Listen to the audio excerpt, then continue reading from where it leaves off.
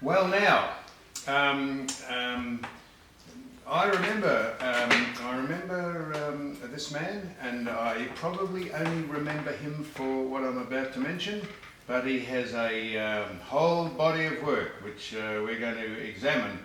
But I do remember the song when it came out. It captured the imagination of, I was going to say Melbourne, and then I was going to say Victoria, and then I was going to say Australia, but it captured the imagination of the world.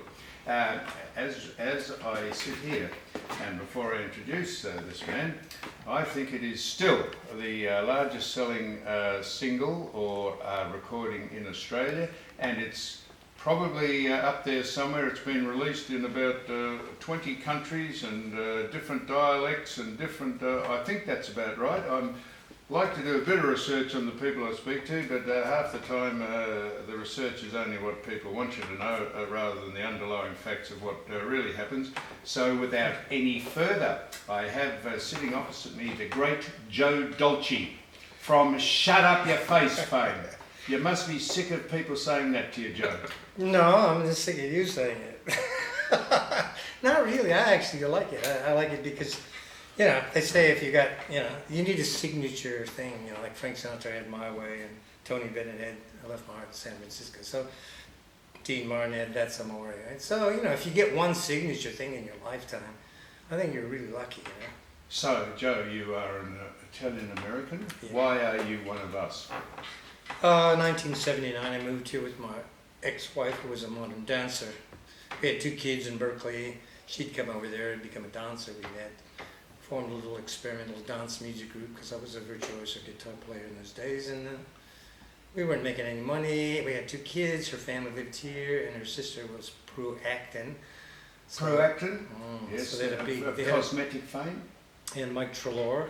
Remember him? Oh, yes. So I didn't know who these people were, but when I came to visit, I realized that they were heavy duty and could possibly have a better opportunity in Australia than I had in where it was. So we decided, let's sell up, go there, and try it here. Was that in Ohio? No. Yeah, Ohio was where I started. That's where I was born. So, Joe, of all the limited research I've done on you, none of that came up on any research I did that you were married and had 2 kids, and the only, as far as I got, was the fact that you fraternised or cohabited or were a great friend of someone called, holy mackerel. Yeah, that's her nickname. Who? Holy mackerel? No, was the person you, Lynn Van Heck. Well, is Lynn Van Heck a consistent companion of yours? Yeah, That's her logo. I know this is not a visual medium. Joe's got Lynn Van Heck. Because I'm one of her, on his forearm. I'm one of her products. Well, look, I was married to my wife for 5 years. She really helped me get to Australia. We split up a year later. In the same year, I met Lynn, and I had Shaddap You Face. And I've been with Lynn for 45 years, you know, and Shaddap You Face is about 45 years old. You didn't use your first missus to get a green card here, did you? No, we're married.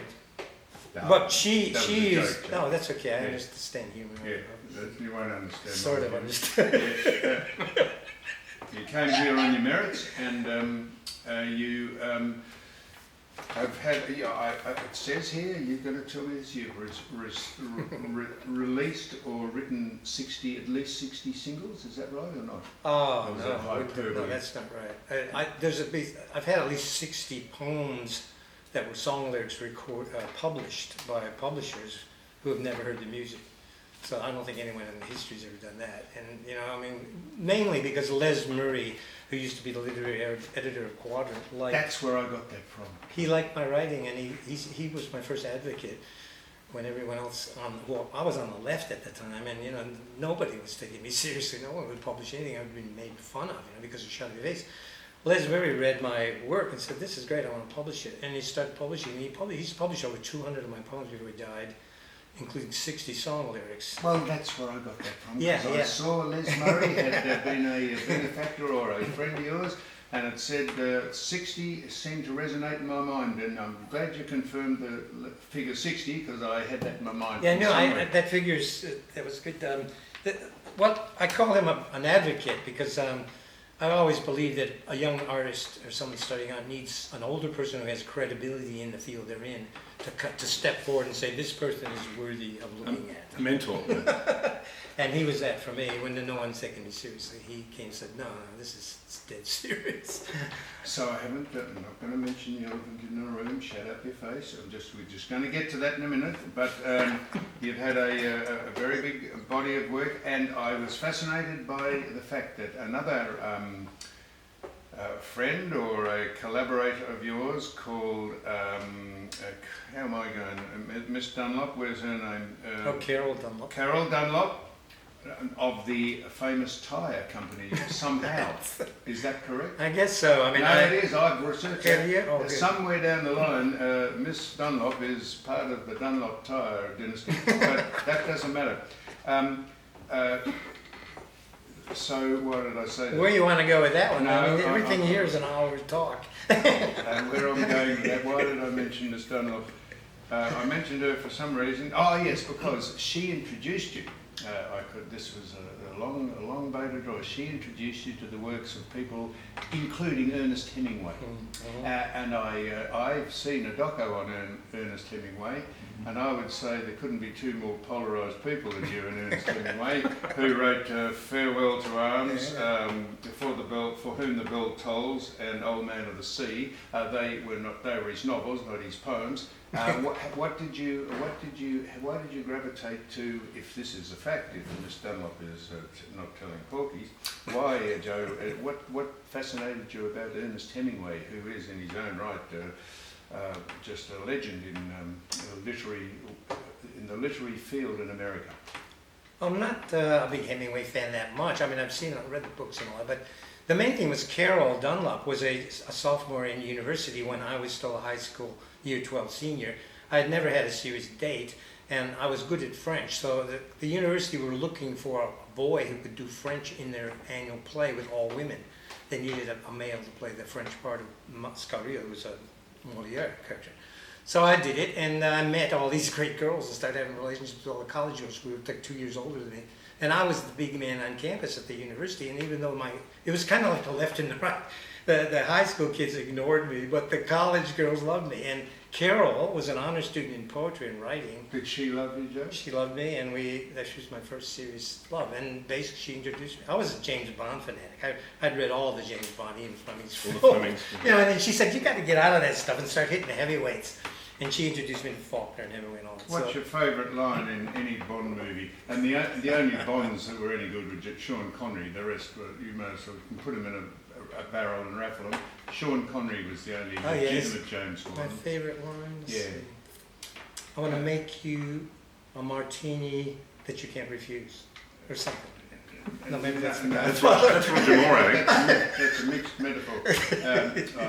Make your vodka martini shaken, not stirred. My memorable line is he was being driven by some woman around the coast of Monaco or Monaco, whatever you call it, and she said, "Am I scaring you, Mr. Bond?" And he said, "No." He said, "Some men like to be driven, others don't like to be taken for a ride."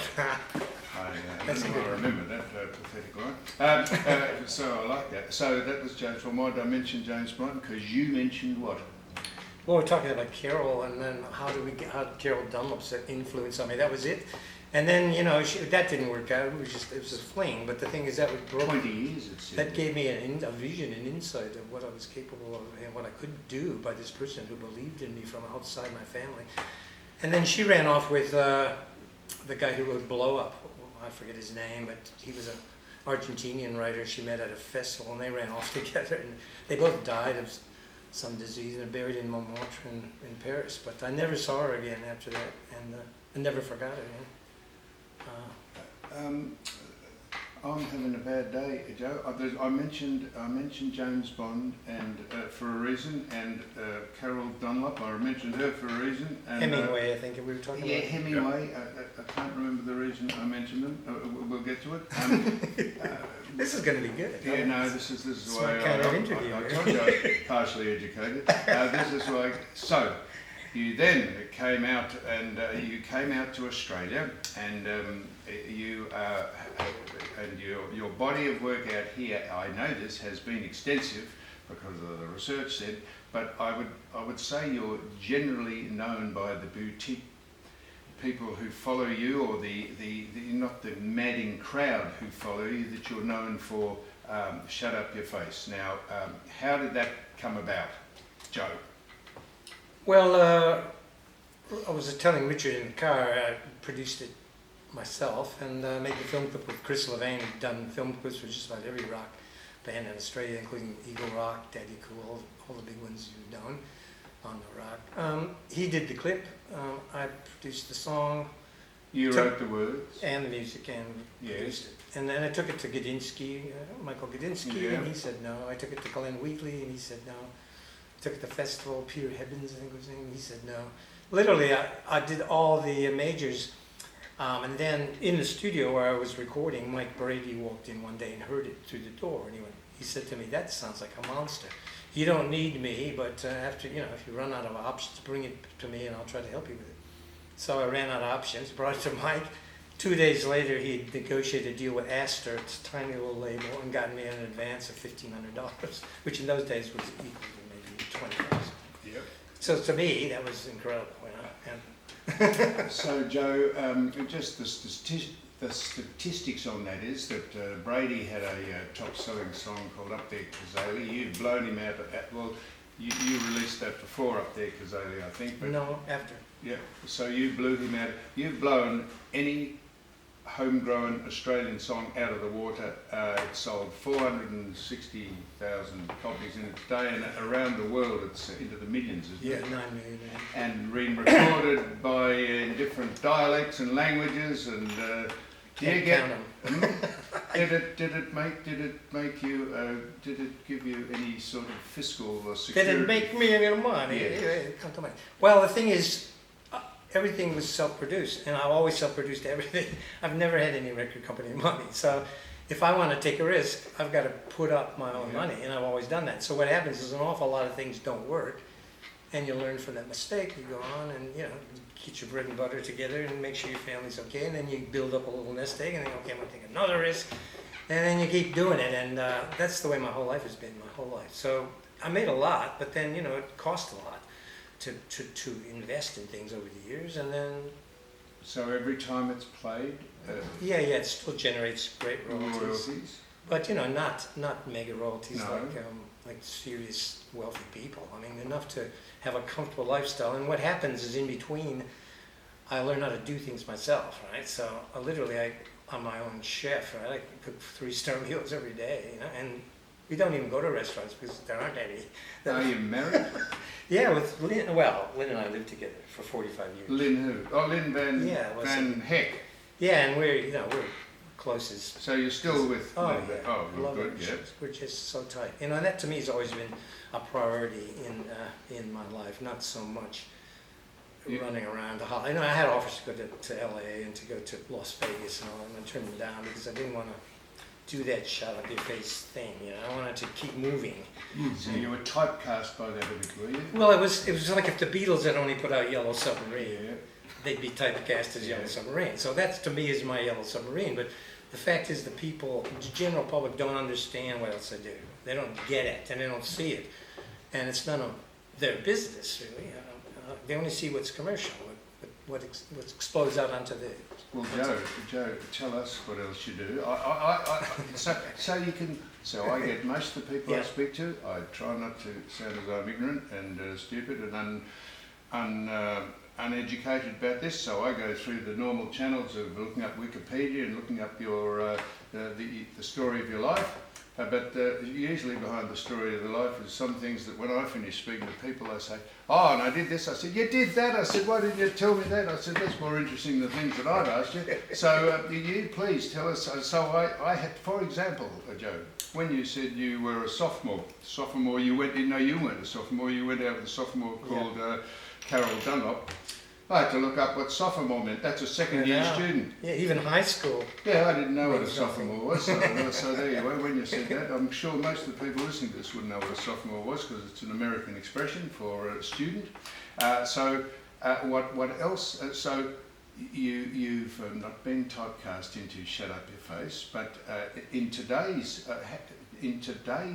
world we live in with the woke, that would be almost being taken the piss out of the dialect the country of the people, the Italians that speak, and you can get into a lot of. Today, the woke push back on all nonsense like that. Have you had any pushback from people wanting to censor or not play this because of what's going on in the world today?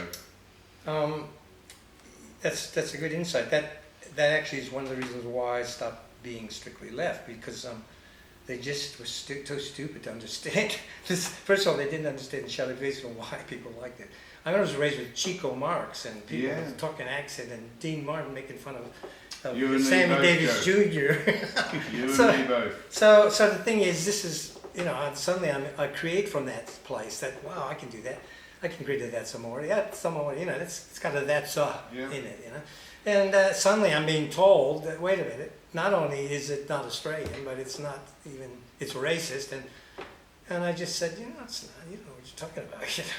And I just ignored those people and found another way. But now that I look back with a more intellectual look, I can see what the problem is. It still exists. But there's no problem, Joe. So what we do is we fold to the vocal minority who they'll give gold medals out soon in the Olympics for those people who have been offended the most. Yeah. Those woke people who are contrived, have contrived grievances.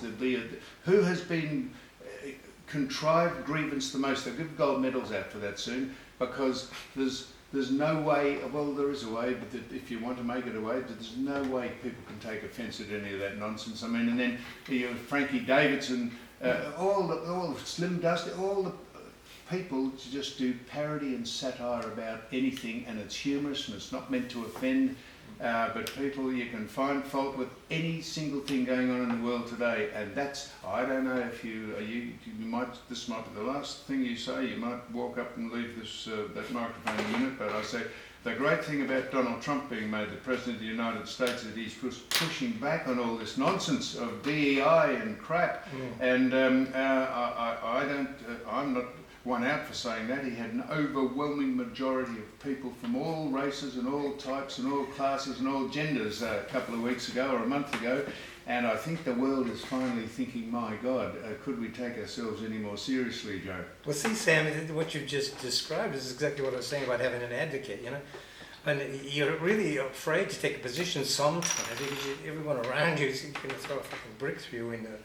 But then all of a sudden you realize the majority agrees with you out of the blue. They've just come out. The silent majority. Yeah, the silent majority instead of what I call the loud minority. You said that too. Remember you said that in the car. And they don't see the silent majority because they're too busy watching the big mouth activists, right? But those people are sitting there simmering, right? And so when I say what motivates you to write songs, is it romance or politics or gender, or are you cynical, or are you poking fun at particular parts of society, or is it just how do you sit and write a song about what it is? What motivates you to write a song? Anything that gets up your nose, or anything that well, not gets up your nose, Joe, that infers that you take drugs. Anything that annoys you. In LA, that would be literal. Trust me. Yes, that's right. Well, ideas motivate me, I think, the most, and depending on what I'm listening to. If I'm listening to the Beatles or music, anything that's musical, then I get motivated by melody. If I'm listening to Bach or Mozart, I get motivated by orchestration and thinking in counterpoint and counter things. If I'm reading great poetry, I get into, or structures like Do Not Go Gentle, the Villanelle, or things like that. I want to copy that structure. And so you get this fusion of all these influences, and I can do them all well, creating a unique kind of fusion of music, lyric, poetry, ideas. Les Murray once told me the worst way to write a poem is from an idea. He said, always just start writing. But from the heart, Joe. Yeah, but I find for me it's the reverse. That if an idea I'm passionate enough about, there is enough heart.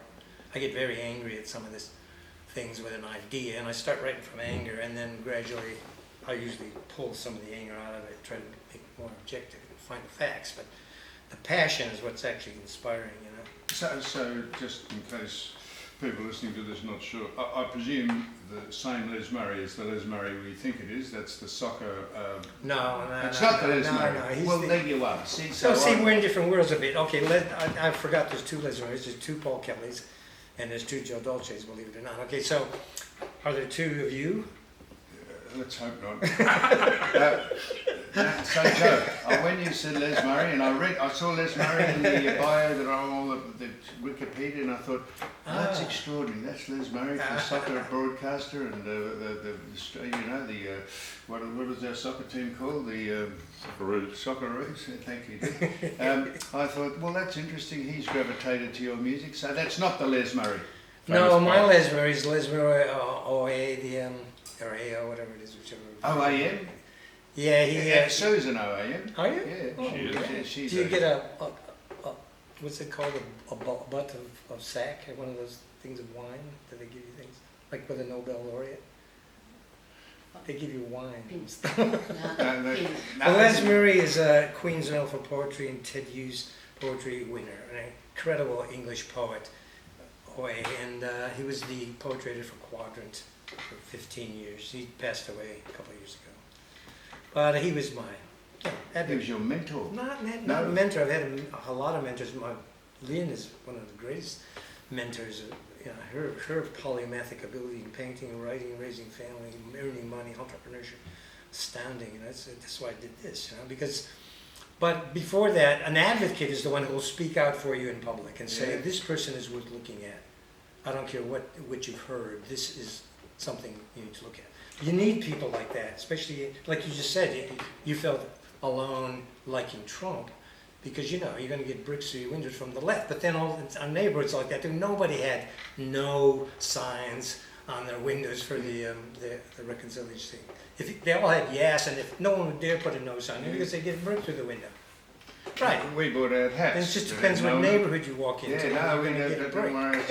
Joe, let me tell you something, mate, coming from, you can never be a prisoner in your own city. If you have an opinion and you have a stance, don't be afraid to walk out in the street or you become a prisoner in the own place that you live in and by insects who round you up. As long as you're not living in somewhere public where they can find you. No, that's true. No, that's true. So you became the City of Melbourne's Poet Laureate. One of them. They had one every month for that year. Oh, one. So you were It one was of the them, were you? November one, yeah. With the poem you wrote. Yeah, about COVID, a very interesting poem. Another it's a very interesting poem to write, particularly here in Victoria and Melbourne, because we were thrown into the sewer by the Andrews government, and we've never recovered, and we will never recover from the Andrews government, who are the most disgraceful, dishonest, corrupt government ever in the history of the world, and that's including the one that's under silly old Joe Biden in America at the minute. But he's just got another 100 days to last, and then he's out. But he won't realise he's out. He'll probably keep turning up. I never liked Biden. I never liked it. They basically betrayed the. I mean, that's what they're saying about Robert Kennedy too. That he's betrayed the thing of the Democrats. But the Democrat thing was betrayed a long time ago. I mean, he's no way cut of the same cloth of his father, or his brothers, his uncles. The Kennedys were pretty amazing, but then even they were two-faced. Look at Joseph Kennedy, and turning in the gangsters actually helped him get involved, and then suddenly turning against them. You met JFK? I met JFK. Yeah. Did you? Yeah, when I was when I was about 14, he came to Painesville, Ohio. He was a senator, and I was barricading for him. We used to go around and hand out prizes. And we went to a dinner, and I shook his hand. I was in the queue of people that shook his hand. And that was memorable. I mean, they were magical beings because they weren't real. They were like people from Walt Disney, And then later you find out that they got dark sides and they're womanizers and all this other stuff, right? But the thing is, in those days, we were insulated from the truth. And so we believed the romantic myths. Camelot, So, are you an Aussie? Or you just, I'm a citizen, yeah. I'm a dual citizen. You're a naturalised Australian? If Australia and America go to war, I have to kill myself. Yeah. Yeah, that is true. It's the safest bet. Or Joe might send you over to the Ukraine to fight that completely useless war that's going on. So you into Australia Day, or you? Oh yeah, I love Australia. Yeah. You know, I'm a very traditionalist in those ways. You know, once you've had relatives who fought in wars, and you know, Lynn's grandfather, you know, stepfather was a serious digger, you know, and my dad fought in the Battle of the Bulge, and he fought on Normandy. You just get respect for that generation. The people today have no idea what's ahead of them if they continue to put the bag over their head. They're going to find themselves with a rifle in their hands pretty soon. So we are speaking to the great Joe Dolce, and I presume that, well, I don't presume, you have a new body of work coming out, a new record, a new album, a new what do you have coming? I know what it's called. It's called Green-Eyed Boy, the Green-Eyed Boy of the Rain. Yeah. And is this to explode the myth that you're only known for Shaddap You Face, or is this to further your career to take it into the nightclubs or to sell records, or what is your motivation? What motivates you? Tell me this. A lot of questions for a very simple answer. Yeah, I get all the questions out before I forget the ones I'm about to ask. Are you a romantic? Are you into politics? Are you about the underprivileged? I know you wrote one about Vietnam and the Vietnamese boat people.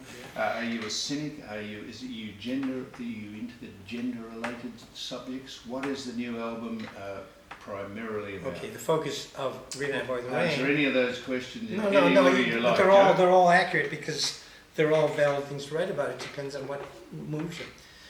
I told Les Murray before he died I would never put out another song that hadn't been already published as a poem.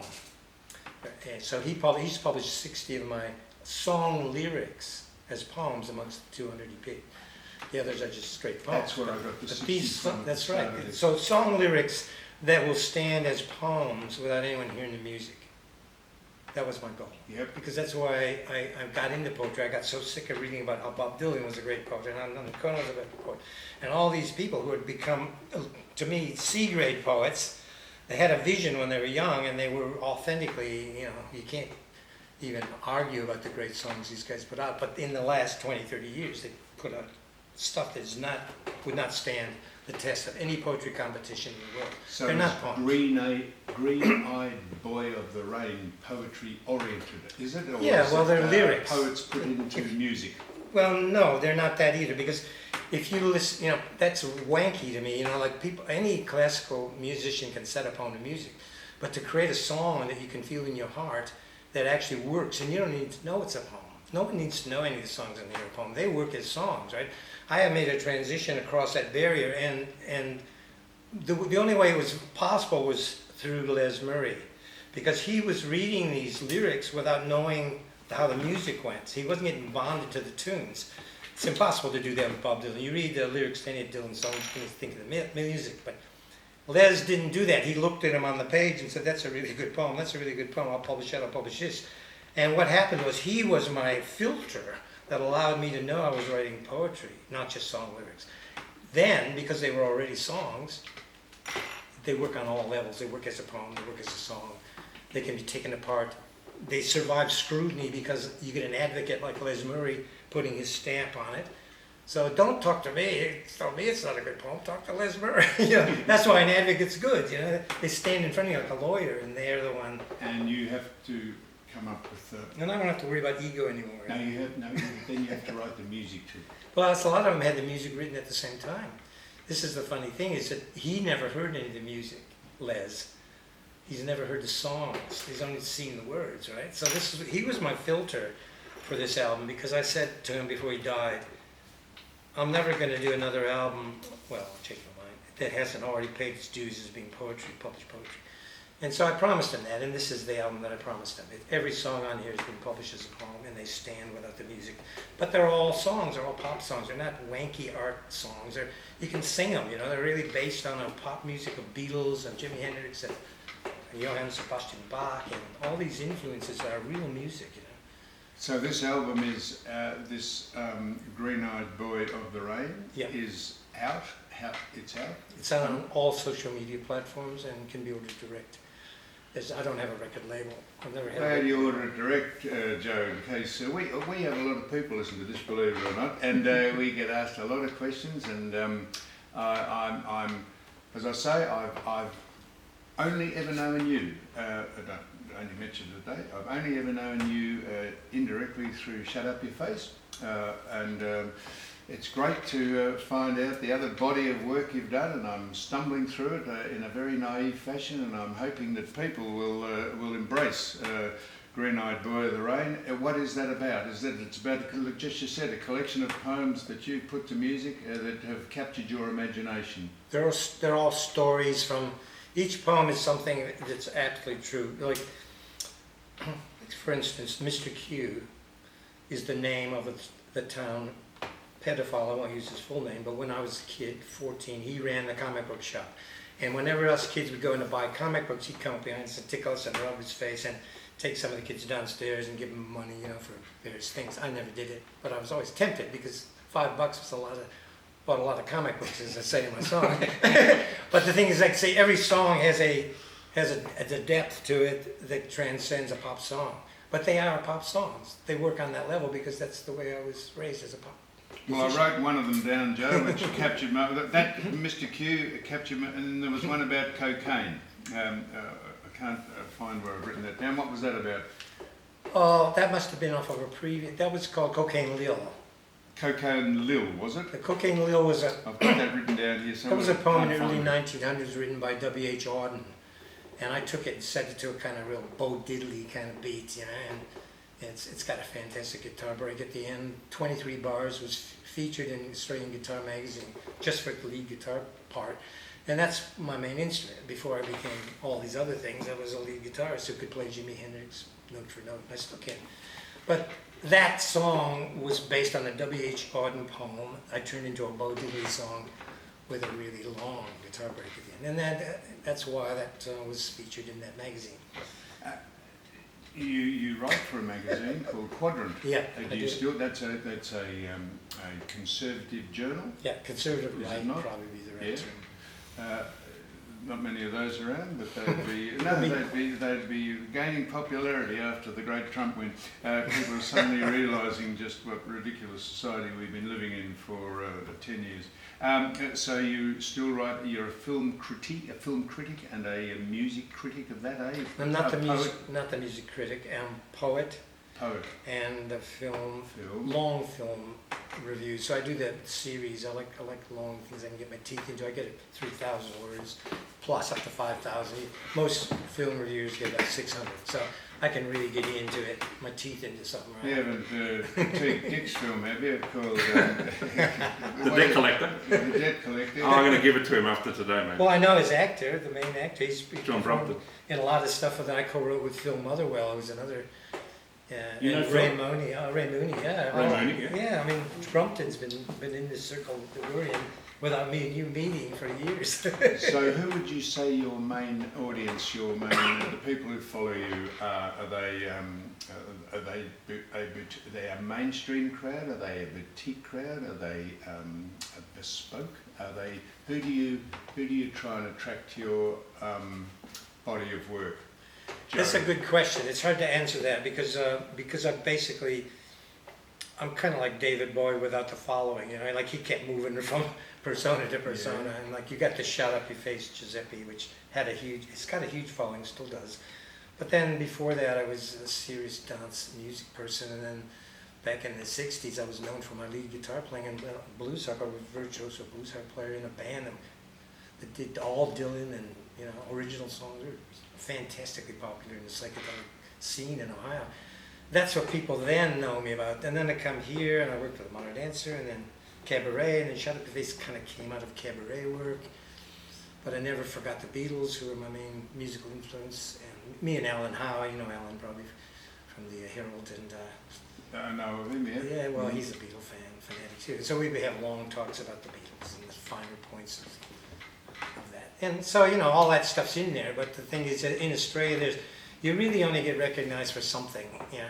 And that's why I say, like Tony Bennett's recognized for "I Left My Heart in San Francisco." Frank Sinatra ultimately, they compare him to my way, even though he's a genius. A genius at covers, yeah, never wrote a song. No, he never wrote a but song. That's all right. That's right. That's right. And there's only one answer to this, Joe. I'm telling you this. Okay. Who is the most? So you've mentioned the Beatles and Frank and Tony Bennett, and the most prolific and the most exciting and the most successful person in your field ever was whom? The only way to answer that without using the word most, because I don't like putting that meritocracy on art, but I know it's necessary and it's closer to sport, first, second, third, Yeah. and that works in the charts. But in reality, it's like saying who is the first, second, third of your favorite girlfriends or something, or kids. That's a better one. Who's your first favorite child and who's your second favorite? You can't do it. In that world, it's something else. Everything changes you if you have an interaction with it. But meritocracy works in the world of competition. And so if you're competing in music or in sport, it perfectly makes sense. So to say, who is the most... I'm saying who is the most, Joe. I Well, want you to disagree with me. Head and shoulders if I had above to any give of up them. everybody and keep one, well, how's that? That would be hard to do. Head and shoulders above any of them is Elvis Presley. For you. Only one man's opinion. That's right. Yeah. Well, that's important. He was a genius. He was a genius, for you. For me, Not so it's much. a toss-up between... Jesus, it's hard. I mean, No, they've it is all hard. changed my It's all life. subjective. If they mate. change your life, only being provocative. it's by like saying having that. children saying which one's your favorite. Yeah. I mean, you I love could them all, easily they do change. that. Got a son up there I'm not too fond of. You listening? Well, you try to keep a door open No, even that's for right. the ones that don't No, like you. I'm only. You're only joking. You can't. Well, cannot I'm not be serious. saying you cannot be serious. No, Elvis was the pioneer of all that stuff. And he Okay, was- so sum that up. Bach. Johann Sebastian Bach has probably changed me the most in the last 30 years. I had to absorb everything he did, learn how to orchestrate. I've written an opera, I've written 3 oratorios, all that is based on being blown away by that guy. Before then, it was the Beatles. And then there's a whole group of them. Did you see the Beatles? No, that was before my time. Was it? I saw the Beatles in 1964 here at what's known as the West Melbourne Stadium, now Festival Hall. Went there in 1964, never heard one word that they sang. There was screaming, it was extraordinary. Only on, I think, I thought Graham Kennedy introduced them. Maybe he didn't. If you've ever heard of Graham Kennedy. Oh, yeah. Maybe he didn't. But the Beatles came on and they were on for an hour and never heard one word or one piece of music they played. The people screamed the whole hour. It was extraordinary. Anyhow, at least I can say I saw them.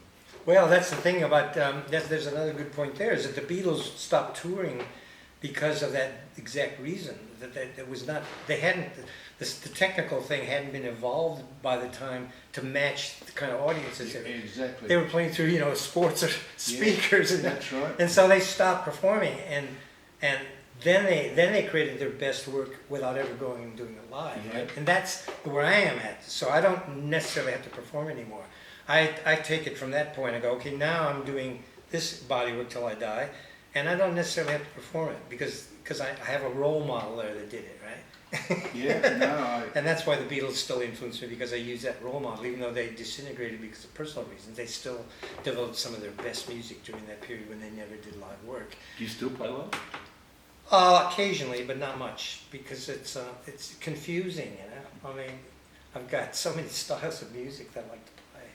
I could go out and do blues harp solos all night, and people would love that. Well, where are you going to do that? So Joe, you've probably formed a lot of bands and a lot of groups, but you had one called Headstone Circus with your compatriot Jonathan Edwards, who I don't know how you get on with him or if he's still alive, but he recorded a number of your songs. Yeah. And did you take that as a compliment, or did you get a bit ticked off that he pinched your stuff and was you doing it? No, I was very complimented, because in those days it was really hard making any money at all in music. And when he was doing well, because he'd had a #1 hit in America called two hit called "Sunshine Go Away Today," and I think that was a hit. So he was suddenly making big bucks, And he'd always said he wanted to play with me, and I hitchhiked all the way from California to Boston, and it didn't work out, and so I was stuck in on the East Coast with very little money. And then he kept, he was just working all the time. And, Sunshine became a huge hit for him. And I don't know, it's just that there's, what was the question again? Didn't see now. So Jonathan Edwards recorded a number of your songs, and I said, did you take that as a compliment, or did he plagiarise them, or you get on well with him? Is he still with us? Yeah, he's still with us. He's an old guy, walks with a cane. He's got a great voice. He's one of the classic American singers in that folk world. Well, when I wrote a song called Way Down in Athens County, which was in Ohio, where we both had our band, Headstone Circus. He went to Boston and started getting success. I wrote this song as a tribute to being there, and I sent him a copy of the lyrics as a letter. And he took the lyrics and wrote his own music to it. He forgot, he didn't, he knew I'd written the music, but he wrote his own music and recorded it and put on an album. And suddenly... And he plagiarised it? Well, if I looked at it that way, I would have said that. But the thing is, I was so honored that he did it, and it was so exciting to me. Did he give you any credit? Did he say, this is the music co-writing Joe credit. Dolce, That's but I right. put the words to it? Yeah, He did. Well, that's I made some money, but there are two versions, mine and his. And that was the first thing. And then from then on, he did 5 more. And then, because he was selling a lot of records, he was making me money in those days, which was I needed because I was on the road. I was a hitchhiker, broke, hippie, and it was very valuable to me to know I'm getting validation from someone who had broken through. What, you must resonate with that song from Elvis then, called Guitar Man. I put my job down at the car wash and left my mum a goodbye note. By Sunday night I left Kingston with my guitar under my coat. I hitchhiked all the way down to Memphis, got a room at the YMCA. And for the next 3 weeks I kept hunting them bars looking for a place to play. I thought my picking would set them on fire, but nobody wanted to hire a guitar man. That's great. No, I can relate to that. That was Most Jim people can. Reed. What's his name? Reed. He wrote that. How am I going? Can't remember. Anyhow, so you wrote a song, Joe. You wrote a song about Christmas in Australia. Yeah, in well, 1981. that was another. Was that? What can I call it? A sidetrack. I was supposed to work with this producer in America to produce my next real serious album of my own songs. And when he came out here, he was a real coke freak, and he said, why don't we do a Christmas album first, because it's Christmas. Yeah. And I was just full of myself, and there was a lot of money around, so I said, oh yeah, I was paying for it, little as I learned later, and in every way. And we did a Christmas album, so all night he'd be up, snorting coke, recording You Christmas had a bit of shot at the Bolivian booger sugar yourself, Joe? a little bit, yeah, but I never got addicted to anything. I felt like I failed as a rock star because I'm not an alcoholic. I got into drugs. So I just say that, I say about Christmas shock because the Yuletide is fast approaching us. You might re-release. Is it what is it? Was it a good? Did you? Well, it was all done in broken English, which is that is Well, thing that to do. would suit 80% of the population of Australia. Like We're it, only like partially educated, most of us. Not long out of the trees, most of us. Well, you could put it up next to Wham. They sang "Last Christmas I Gave You My Heart." The very next day you gave it away. The all-time great Christmas song is that of Wham. That's a great one. And speaking of broken English, we were talking about Slim Dusty. He had a song called the New Australian Bushman, which he sang in broken English. Yeah. I'm the New Australian Bushman, and he's Slim Dusty That's right. singing this accent. Yeah. And I was thinking that's really Today that you'd be slaughtered for that, for racial profiling, for being xenophobic, for all those bloody words that end in ism and ist. That's right. Cultural appropriation. Yeah, that's it. Well, it's fantastic, Joe. Have you done well? You've financially done well out of the industry you're in, or you're just cruising along and you're pretty happy with life and everything's going? I'm not asking you your bank balance. I'm just saying that's okay. you write a couple of. Well, after going out in your garage and seeing your cars, I don't feel embarrassed to say anything. You got every car I love out there. What's the one covered up but I can't see what it is? That's a '59 Cadillac. Oh, we were saying it might be a Porsche. No, I'll show you what that is out there. I won't mention too many of them because you don't want people to know where you live. Exactly, that's pretty right. Same here. In this life, world we're living in, everything is everyone's at this stage, and no one gives a stuff if you have it or not. Well, and to answer that question, how did I do well? Well, I did well enough compared to what I'd been doing that I was like financially free for a decade, you know, and that enabled me to really, really look at the other things that I've always wanted to do that I never could do because I didn't have any money, which is how to write, how to do poetry, how to cook, all these other things that you can't do when you're basically working a 9-to-5 job, which I've worked every kind of possible one on the planet, you know, and driving trucks, you know, it's sort of like I had this respite for a decade. And then the royalties started coming in from, you know, because there's just a lapse in the time records succeed to the time they actually started counting. So, you know, and that would enable me to survive basically at a very comfortable level, middle class level. And luckily I had a partner who was also really super entrepreneur, who knew how to run shops, and she had 4 kids, and, you know, together we had a great family, and we were just helping each other, you know. Along the line you do things. What do the other Dolces do? Your DNA is with 2 other people, isn't it? Yeah, well, got 2 kids? My kids, well, my daughter's a really great singer. She Don't sang. say you got a daughter? Yeah, she sang with me on this album. Your daughter, your Yeah, my biological daughter, yeah. We sang this song called The Murder of Alberta King, who's Martin Luther King's mother. Yes. And people don't know that she was assassinated too. No, I didn't know So that. I wrote this song, which was published by as a poem. And then I asked her if she'd sing harmony. We've never sung together live, and we even didn't do it here. I sent her the recording. She recorded the harmony part. She's got an incredible musical ear. And it's beautiful. You know? So my son, I haven't spoken to for 40 years. Why, Joe? Just no communication from that side. You know, Joe?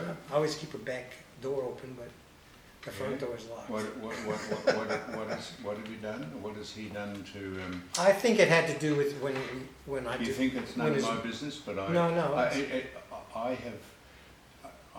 That's the reason I ask it. You could ask me what the reason is, but Okay. the reason, but Let's talk about you. no, I could easily. See who gets red first. No. So they say blood's thicker than water. I'm not sure that that's necessarily No. right. For You women, it might judge be. people on their merits, no matter who. Maybe they are. for some women it might be. I know mothers have unconditional love for children, right? I know that from experience. Yes. That they'll put up with anything Yes. and they'll never betray their kids, whereas fathers will. No, There'd that be a is point where they say, absolutely true. shoot yeah. the bastard. Yeah, that is absolutely true. So there's a big difference there, you know. And So I've just got I've got finally 2 things. Tell me how successful it just was.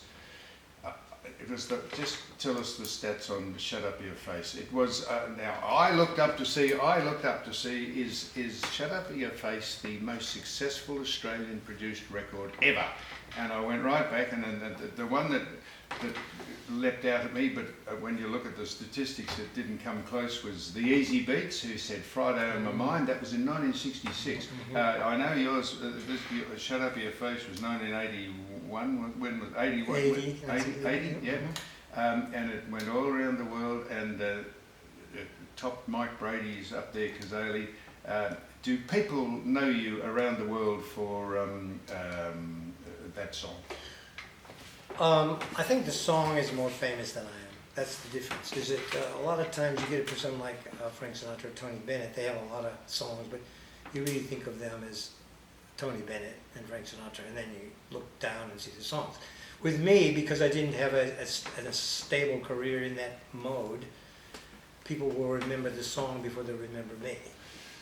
But you wrote it? I wrote it. See, Elvis and Frank didn't write anything. That's right. The Beatles and the Beach Boys, and the people who write the songs and sing them are the real heroes. Well, if Dean Martin or Frank Sinatra had sung, Dean didn't write a song. if he sang "Shut Up Your Face," which he probably would have, Yeah.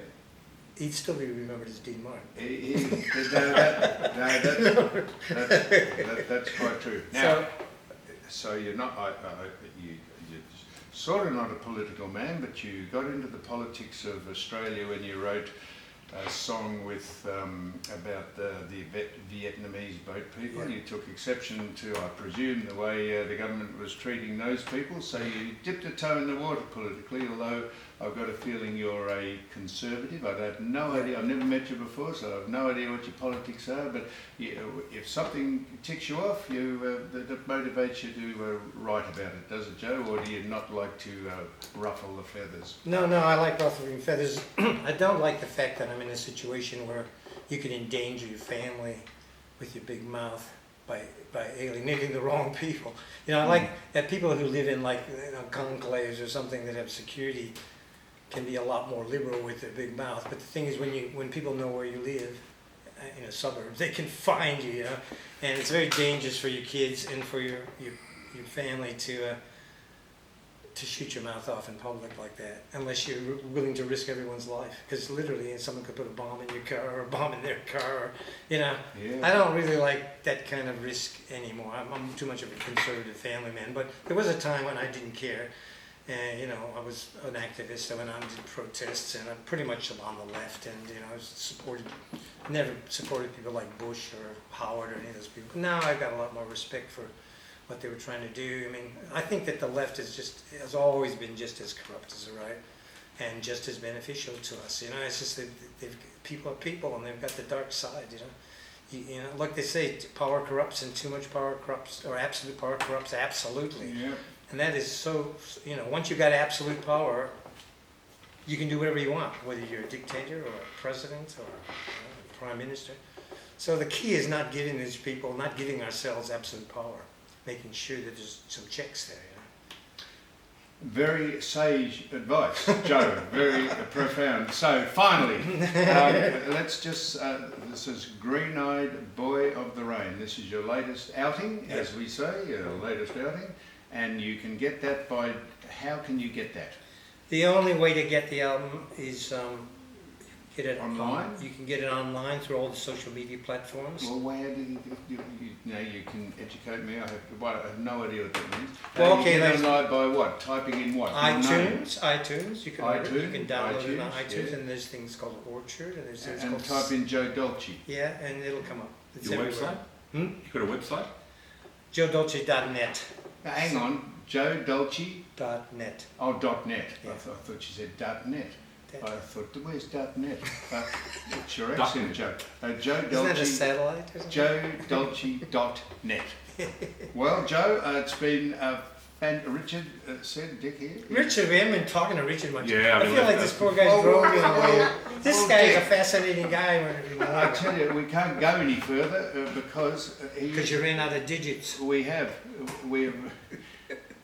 We're nearly out, are we? But you guys talk together a lot, right? Every week So we do. this is- Yep. But if Richard starts asking questions, I lose my train of thought. Not that I That's have a right. train of I'm thought. losing my train of thought too. Thank you so much for coming in to You Cannot Be Serious, Joe. We'll put this out next week. And I really appreciate you coming in and telling us about you and your life. Sam, Joe why don't we Dolce. write a song called You Can't Be Serious? Yeah, well, I reckon that is a cool hooky thing. Right, well, we'll get John McEnroe to introduce you. So that's it. Thank you so much, Joe Dolce.